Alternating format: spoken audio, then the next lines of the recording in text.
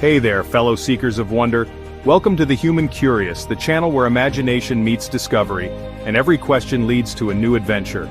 Here we dive into the mysteries of history, science, and the human mind, one mind-bending story at a time. If you're ready to challenge what you think you know, and explore the hidden corners of knowledge, you're in the right place. Subscribe, share, and like for more mind-bending stories. Let's get curious together. Imagine a world where nothing doesn't exist, not even as a concept. You can count your coins, your books, your livestock, but you can't record an absence or a debt. For centuries, even the most advanced civilizations like Rome lacked a symbol for zero. Their math was clumsy, their calculations slow, and their science limited. Roman numerals made multiplication a nightmare. Large calculations were reserved for specialists. The idea of representing emptiness simply didn't fit their worldview. This wasn't just inconvenient, it stunted progress in science, astronomy, and daily life. The West was running a race with one leg tied, unaware of the tool that could set them free. The world waited for a revolution, a single idea that would shatter old limits and transform everything. What if the number zero was forbidden knowledge, and what happened when it was finally unleashed? Zero. A simple circle, a placeholder, a digit we use daily. But to the ancient West, zero was a philosophical nightmare. How can nothing be something? Aristotle and his followers insisted a void was impossible. The universe was full, complete, and perfect. To name emptiness was to suggest a flaw in creation, a threat to divine order. Religious dogma reinforced this. God's world had no room for a void. Zero was seen as a dangerous idea, a gateway to chaos and nihilism. For centuries, the West suppressed zero, locking it away as forbidden knowledge. Meanwhile, in distant lands, other cultures embraced the void, seeing it as essential to reality. The secret of zero was preserved elsewhere, waiting for its moment. The West's mathematical future depended on a number it refused to accept. Today, zero is our friend, essential to math, science, and technology. But to the ancients, zero was a paradox. How can you give existence to nothing? Numbers represented real things, sheep, coins, soldiers, not absences. Symbolizing nothing felt like conjuring a ghost, a contradiction in logic. Zero was a conceptual anomaly, a step too far into abstraction for concrete-minded cultures. The Greeks, masters of geometry, saw numbers as lengths and areas. Zero had no place. To accept zero meant dismantling their entire idea of what numbers were for. The result, zero, was dismissed as absurd, a threat to the logical order of their world. Their resistance wasn't ignorance, but a deep-rooted attachment to the tangible. The West's greatest minds rejected zero, leaving a gap in their mathematical universe. Aristotle's influence made zero unthinkable in the West. He declared a true void impossible. Nature abhors a vacuum. The universe, he said, was a plenum. Every space filled with something. Motion required a medium. A void would make movement impossible. This wasn't just philosophy, it shaped science, cosmology, and math. If emptiness couldn't exist, why invent a number for it? The Aristotelian worldview shut the door on zero for centuries. European scholars taught that the universe was full, tidy, and complete. Zero, with its hint of a void, was the ultimate untidiness, a conceptual monster. The West's mathematics reflected a world where nothingness was forbidden. As the West entered the Middle Ages, religious doctrine deepened the rejection of zero. God's creation was perfect and complete. A void was unthinkable, even blasphemous. Naming nothing gave it power, hinting at a force outside God's control. Zero was seen as a pagan import, a dangerous idea that threatened faith and order. Theological leaders feared it would introduce chaos and doubt. Zero became a forbidden number, not by law, but by shared belief. The West built its cathedrals and composed its music without the power of nothing. Yet, the concept of zero survived elsewhere, nurtured by cultures unafraid of the void. In those places, the void was not a threat, but a source of wisdom and possibility. The stage was set for zero's return and the transformation of the world. While the West feared the void, a different story unfolded in ancient India. There, nothingness, or śūnya, was a source of profound wisdom, a state of pure potential. Around the 7th century, Indian mathematicians, notably Brahmagupta, gave śūnya a concrete mathematical form, zero. Brahmagupta formalized arithmetic rules involving zero, integrating nothingness into a mathematical system. This fusion of spiritual insight and scientific exploration unlocked new mathematical possibilities. This elegant idea became one of India's greatest gifts to the world. What made the Indian subcontinent so uniquely capable of birthing the number zero? The answer lies in the cyclical nature of its dominant philosophies. Unlike the linear worldview prevalent in the West, Hindu and Buddhist cosmologies were built on endless cycles of creation, destruction, and rebirth. In this grand cosmic dance, the state of nothingness or void was not a terrifying end, but a necessary transition. The universe itself was seen as emerging from a state of profound emptiness and eventually dissolving back into it. This meant that the void was not an enemy to be feared, but an integral part of the natural order. It was the womb of creation, the ultimate source of all potential.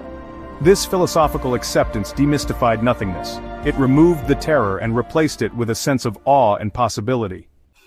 Remarkably, the story of zero doesn't belong to a single culture. Half a world away, the Mayan civilization also developed zero. Master astronomers and architects, they created a sophisticated writing system. At the heart of their achievements was a deep understanding of time, leading to their own version of zero, needed for their complex calendar systems. Represented by a shell, it allowed them to perform complex calculations. This revolutionary discovery, like India's, highlights the universality of mathematical truth. Both cultures recognized the power of representing nothing. The Mayan knowledge remained isolated, while the Indian concept began its westward journey. How did the idea of zero, born in India, transform the world? It traveled along the Silk Road to the intellectual centers of the Islamic world. In Baghdad, the House of Wisdom, a grand academy, embraced knowledge from every corner of the world. Here, the Indian concept of zero found its new home. Unlike the West, Baghdad's scholars saw its power and eagerly mastered it. The House of Wisdom refined the Indian number system, unleashing the power of nothing. In the House of Wisdom, Al-Khwarizmi, a Persian mathematician, wrote a book, Kitab al-Mukhtasar fi Hisab al-Jabr wa lil-Muqabala, translated to The Compendious Book on Calculation by Completion and Balancing. This book used the Indian number system, including zero, to solve real-world problems. From the title we get the word al-Jabr, known as algebra. Zero was the silent hero of this new algebra, allowing Al-Khwarizmi to define and manipulate equations. Al-Khwarizmi's work was a testament to the power of nothing, transforming mathematics. This was a turning point, with Islamic scholars actively innovating. It became the foundation for centuries of scientific progress. Quick break! If you're enjoying this journey into the secret history of zero, let us know in the comments. What's the most surprising fact so far? Your answers just might make it into a future video. Don't forget to like and subscribe to keep exploring the mysteries of math with us. As mathematics flourished, the Indian concept of śūnya needed a new name. Baghdad scholars translated it to Sifr, meaning empty or void. Sifr became essential for Islamic scientists and merchants. Centuries later, as this knowledge seeped into Europe, Cipher became zero. Sifr also gave rise to cipher. Cipher meant zero, then new numerals, and eventually a secret code. This dual legacy shows zero was both emptiness and a powerful secret. The West viewed it with awe, suspicion, and recognition of its hidden power. The Islamic Golden Age did more than just adopt and innovate with the number zero. It served a far more critical role in world history. It acted as the Great Bridge. For centuries, the intellectual worlds of the East and West had been largely disconnected. The wisdom of India and the classical heritage of Greece existed in separate spheres. The Islamic civilization, positioned geographically and culturally between these worlds, became the great synthesizer. Scholars in places like Baghdad, Cairo, and Cordoba did not just look in one direction for knowledge. They looked everywhere, gathering, translating, and harmonizing ideas from different traditions into a single, coherent body of scientific thought. This role as a bridge was absolutely essential for the eventual reawakening of Europe. While much of Europe languished in the so-called Dark Ages, having lost direct access to many of the works of the ancient Greeks, these texts were being carefully preserved and studied in Arabic. When the time came for Europe's Renaissance, the revival of learning was fueled in large part by the retranslation of these works from Arabic back into Latin. But Europe received more than just the preserved wisdom of its own past. It received a vast body of new knowledge that had been created during the Islamic Golden Age, including the revolutionary mathematics built upon the number zero. When the Hindu-Arabic numerals finally crossed into Europe, they arrived as a fully developed and battle-tested system. They came packaged with the powerful new mathematics of algebra and the advanced astronomical tables that had been perfected by Islamic scholars. this was not a tentative philosophical concept about the void, it was a practical, powerful toolkit that had proven its worth for centuries. This made it much harder for European thinkers to dismiss. Merchants and mathematicians like Fibonacci saw its immediate practical advantages for trade and calculation, and they became its champions, beginning the slow and often difficult process of convincing a skeptical continent to adopt the new system. The Islamic world, therefore, was the crucial conduit. It took a philosophical seed from India, nurtured it in the fertile ground of its own intellectual curiosity, and cultivated it into a mighty tree of knowledge.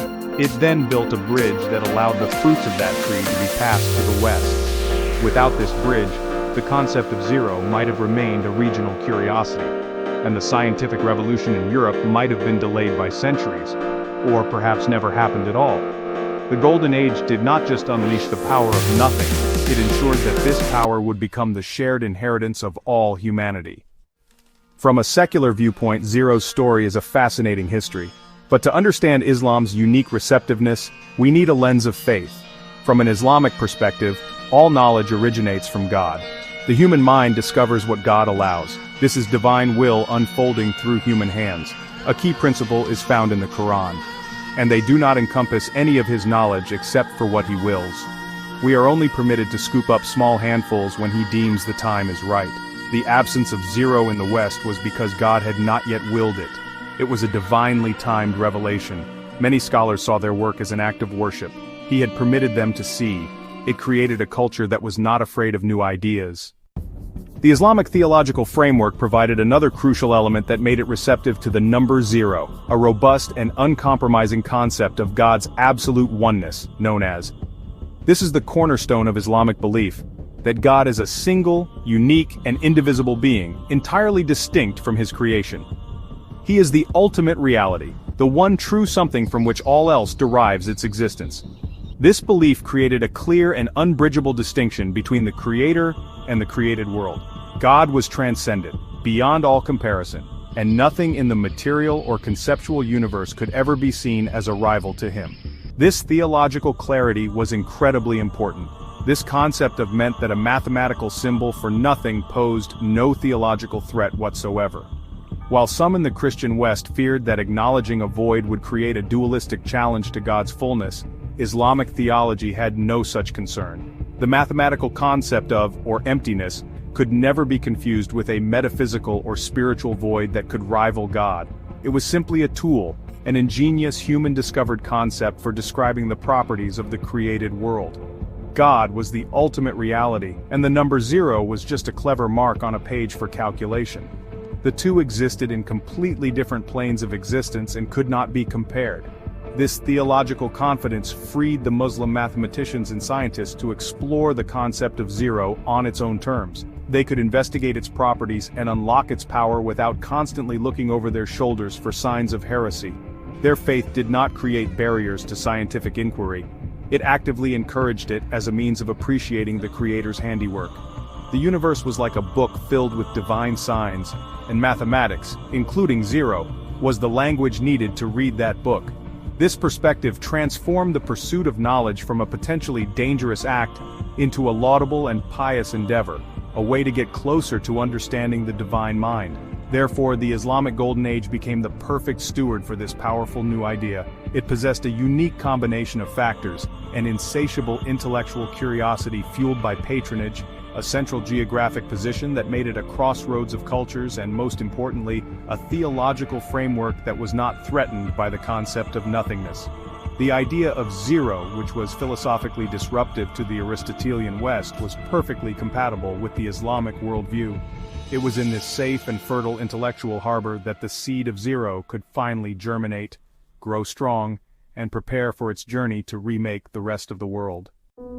The Islamic civilization was the chosen steward to receive the key of zero. Think of it as a relay race. Islamic scholars refined the concept, building upon it with innovations like algebra. They were the bridge, safeguarding and enhancing this knowledge. They used zero to map the heavens, design intricate architecture, and manage complex economies. When this knowledge filtered into Europe, it arrived as a mature system. The stewardship of the Islamic world had transformed zero into an indispensable tool, Humanity was granted the key of zero when a civilization arose that could develop its practical potential. It was a critical phase, a moment when God willed for humanity to receive a gift that would unlock the door to the modern scientific age. Once the conceptual dam was broken and the number zero flowed into the intellectual streams of Europe, it changed everything. But its power was undeniable. But this was just the beginning of a cascade. The new tools allowed thinkers like Isaac Newton to independently develop calculus, the mathematics of continuous change. The scientific revolution was built squarely on this mathematical bedrock. The Industrial Revolution was powered not just by coal, but by the precise calculations that zero made possible. It was the fundamental grammar of science and technology. The acceptance of this single number had triggered a chain reaction, an intellectual explosion, and the transition was one of the most profound in human history. The final and perhaps most profound revolution unleashed by the number zero was yet to come. It would take place not on paper or in the physical world, but in the ethereal realm of information itself. As scientists and engineers in the 20th century began to build the first electronic calculating machines, they needed a language that was simple enough for a machine to understand. They needed a system that could be represented by the most basic of physical states, the presence of an electrical current or its absence, a switch that is on or a switch that is off. They found their answer in a beautifully simple idea, the binary system. A language built on just two symbols. This binary code is the universal language of all digital technology. It consists of only two digits, 1, representing on, true or yes, and 0, representing off, false, or no. Every email you send, every photo you take, every website you visit, every video you stream, all of it is, at its most fundamental level, an unimaginably long and complex sequence of ones and zeros. The once forbidden number, the symbol for nothingness, had found its ultimate role. It became one of the two letters in the alphabet used to write the script of our entire digital reality. Without zero, the digital age is simply impossible.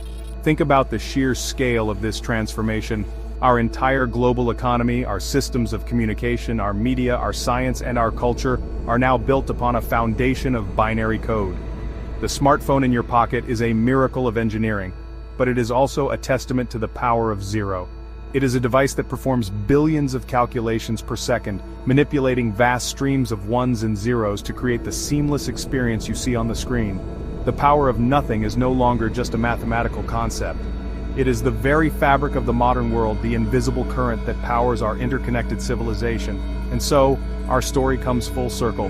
We began with a world that feared nothingness, a world that saw the void as a philosophical threat. We end in a world built entirely upon it, from a spiritual concept of emptiness in India, to a mathematical tool in Baghdad, to the engine of the scientific revolution, and finally, to the cornerstone of the digital age. The journey of the number zero is the story of how a single, powerful idea, once suppressed, can be unleashed to completely remake humanity's potential. Our entire modern world, in all its complexity and wonder, is built on the power of nothing. What if zero was forbidden knowledge? For much of Western civilization it was. It was a concept so powerful in its potential that it was unknowingly suppressed. The story of zero is the ultimate testament to how a single idea can unlock humanity's potential. It stretches from ancient India to the Mayan calendar keepers and the Islamic Golden Age. Its acceptance dismantled philosophical barriers and paved the way for the modern world. Progress often hinges on embracing concepts that challenge our beliefs. By giving the void a name, we could map the cosmos, engineer our world, and create the digital universe. The once forbidden knowledge of nothing became the key to understanding everything. The secret history of zero is a profound lesson in the nature of knowledge itself. Humanity first had to find the intellectual courage to comprehend nothing. Thanks for watching The Human Curious. If you enjoyed this journey into the secret history of zero, don't forget to subscribe for more mind-bending stories. Share this video with your friends to spark their curiosity, and let us know your thoughts in the comments below. What mysteries would you like us to explore next? Your curiosity fuels our quest for knowledge. Stay curious, and see you in the next adventure.